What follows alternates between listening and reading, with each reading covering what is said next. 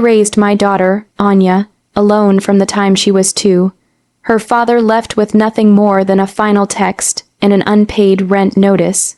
I wiped her nose during cold winters, stayed up nights braiding her hair for school plays, and worked 2 jobs so she could wear a decent dress to prom like the other girls. She was my entire world. I never remarried, never traveled, never even dreamed for myself, only for her. So when she told me she was getting married, I felt a rush of emotions: joy, disbelief, even grief. My little girl was stepping into a new life. She invited me to the wedding with a hug and the words, "It's going to be really classy, Ma. Please don't cry too much." I laughed it off, thinking it was just nerves. But I should have noticed the shift. She started keeping conversations short, filtered my messages through her fiancé, and when I asked about the dress fittings, she said, "It's all taken care of." I assumed she was overwhelmed. Still, I showed up on the wedding day in the soft lavender sari I'd saved for years. I stood in the back row of the ceremony, camera in hand, waiting for my moment to cry tears of pride. At the reception, I barely recognized the girl I had raised. She was beautiful, yes, but distant, cold. Like a stranger playing a role I wasn't cast in. I wasn't seated at the family table. I was placed near the catering exit, behind an uncle who hadn't spoken to us in 10 years. I tried to brush it off. I thought maybe it was a mistake. Then came the speech. I wasn't supposed to speak, but when they opened the mic for anyone, I walked up, my hands trembling, heart bursting.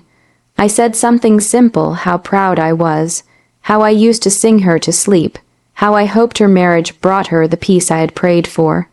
And then she walked up, red, faced angry. She leaned into the mic and said, "Mom, I told you not to make this about you. Please leave."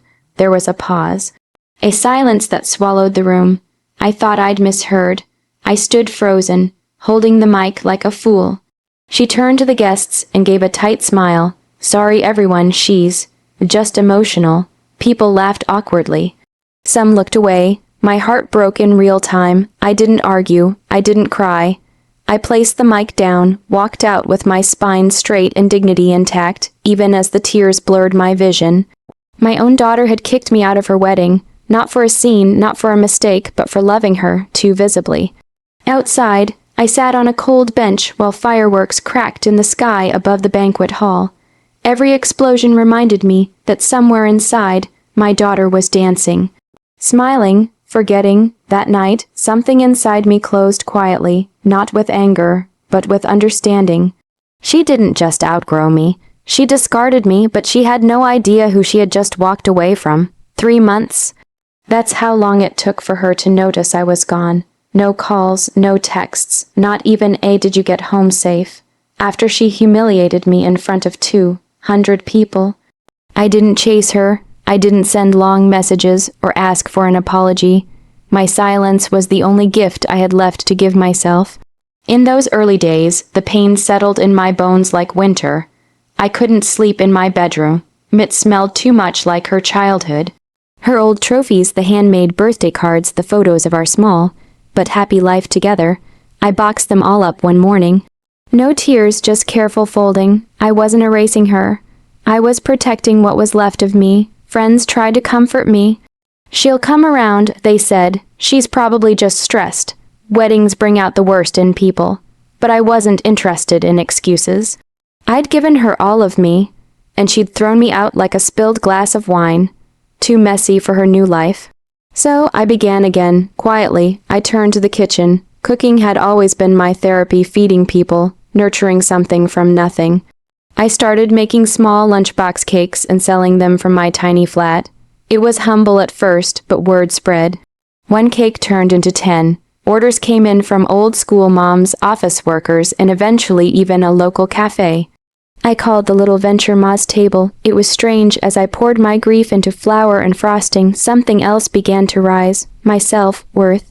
I reconnected with myself, took long walks, read books I'd left gathering dust for years, repainted the apartment in shades that made me happy.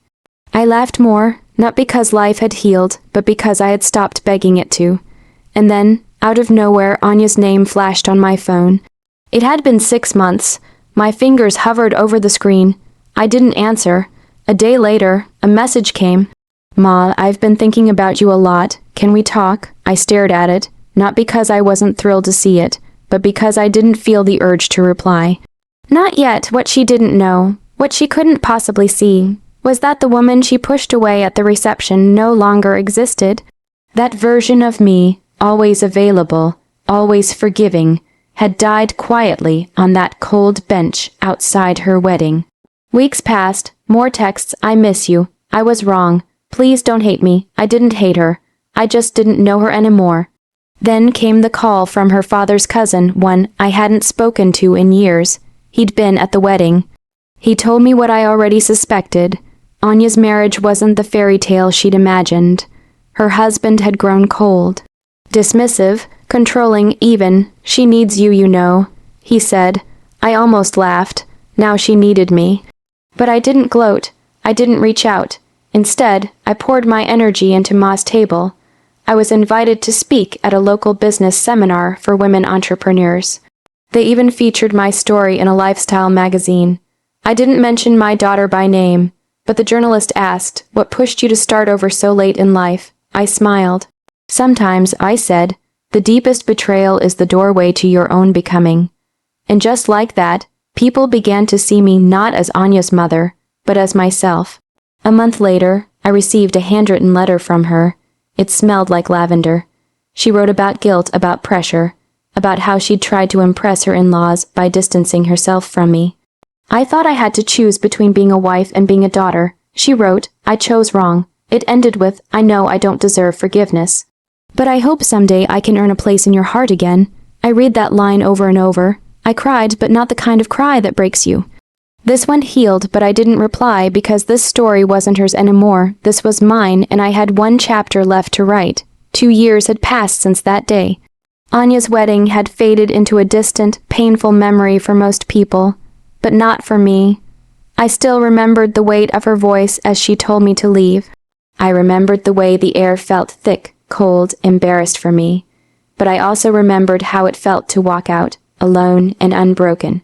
I hadn't replied to her letter, not out of cruelty, but out of clarity. For once, I wasn't acting from a place of guilt or obligation. I was simply living for myself. Ma's table had blossomed. What began as a few cake orders turned into a full bakery in a cozy corner of the city. I had a staff now. People called me Chef Ma. A local TV channel even ran a small segment on my story. A single mother, cast aside, finding strength in her solitude.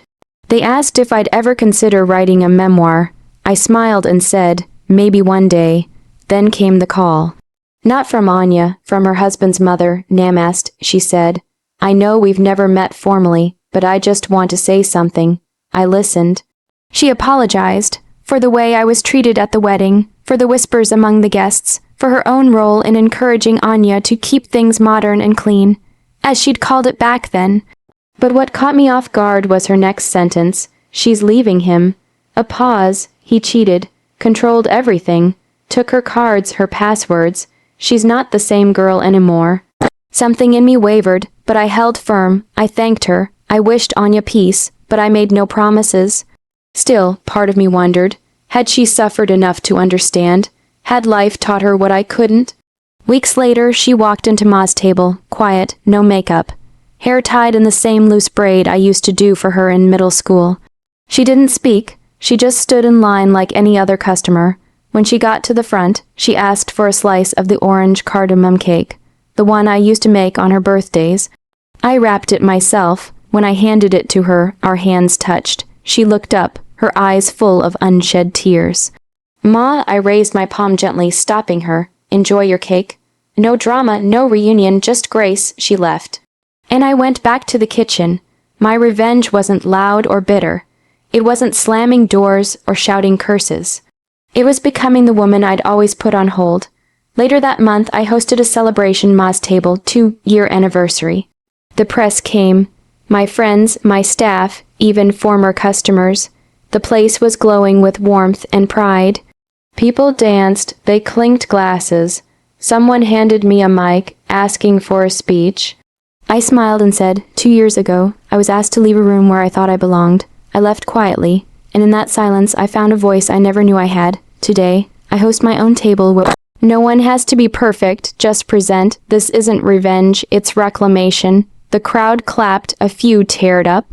I caught a glimpse of Anya, standing outside the window, watching, just watching. I didn't invite her in. Not out of anger, out of love for myself. She would learn, as I had, that forgiveness isn't always about going back.